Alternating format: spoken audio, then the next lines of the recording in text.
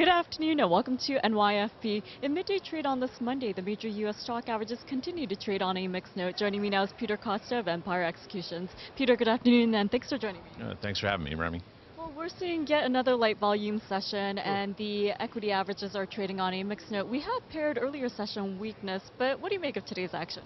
Well, I mean, we opened, decidedly softer when the news from Japan came out. Then it rallied back. I think, I was reading somewhere and a couple people had said that, people are looking at possible takeover of BlackBerry or, that. And U.S. Steel's been mentioned to be in play, which is another one that, two companies that I really don't think have any significance on why the market went up. But anyway, so the market's been like waffling in a very, very tight trading range.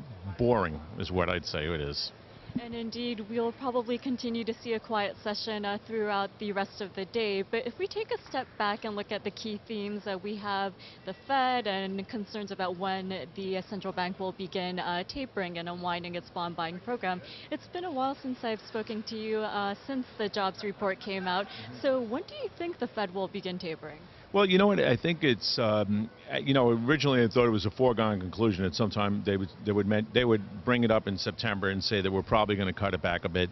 I think that might be moved out a little bit. I also think that some estimates were that they were going to cut it back to $75 billion a month. Some even said as much as down to $65 billion. I got to think that it's going to go on the light side whenever they do it. More likely in September or October. I think it's not going to be much of a change. I don't think the Fed's looking at a steamrolling economy where they're not needed. I think they still think that money and that repurchase program is vital to the market and the economy as it is. And aside from the Fed, we're keeping an eye on global economic indicators. We've been seeing some improving figures out from the Eurozone and some data out from China. Now, given that we've been seeing some mixed numbers across the globe, we got the GDP figures from Japan as well as Greece, but have you changed your economic outlook for the nations mentioned? No, I haven't. As a matter of fact, I think Europe, if you really want to go in there and you start picking out some very, very good companies, you'll probably have a very good chance of doing well. These companies a lot of the European companies are starting to do better. I think, they're going to have a longer period of recovery than we did. I just think because it's so many disparate economies that it will take more time. But you do go in there and you look at some of these companies, Siemens, for example. You look at they really have some good growth prospects going forward, and they're global companies, and they'll take advantage of any global growth anywhere around the world. So I'm not staying away from Europe anymore. I think Europe is actually almost getting to a point where it's like a value, and I think there's a lot of value out there. And I think you're right. There is a little bit of disparity, especially when you compare countries such as Germany versus Greece. So that's important to keep in mind. But given that we are almost done with earnings season and we have a handful of economic data releases coming up from the U.S., including retail sales tomorrow, what do you expect to see for the rest of the summer month?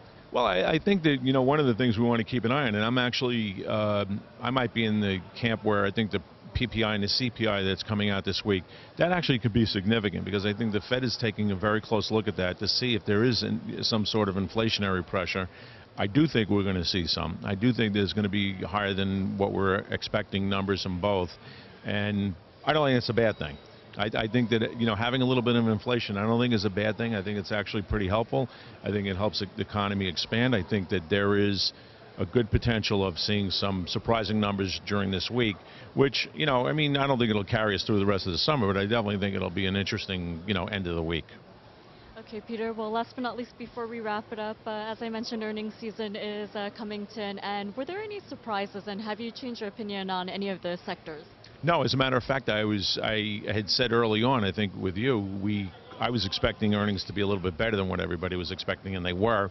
I think the third quarter, you're going to see, I think a lot of companies have increased their numbers for the third quarter, and I think that's where, we could get a little treacherous because they increased it, they think there's going to be better growth, blah, blah, blah, and if they don't meet those numbers, then it could be significant. It could be a significant downside to it.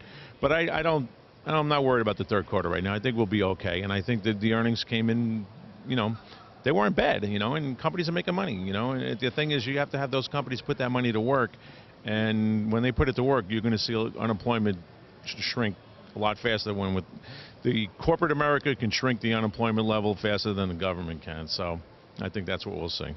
Okay, Peter, well, a lot of important points there to consider, so thank you so much for insight and analysis today. Thank you, Remy.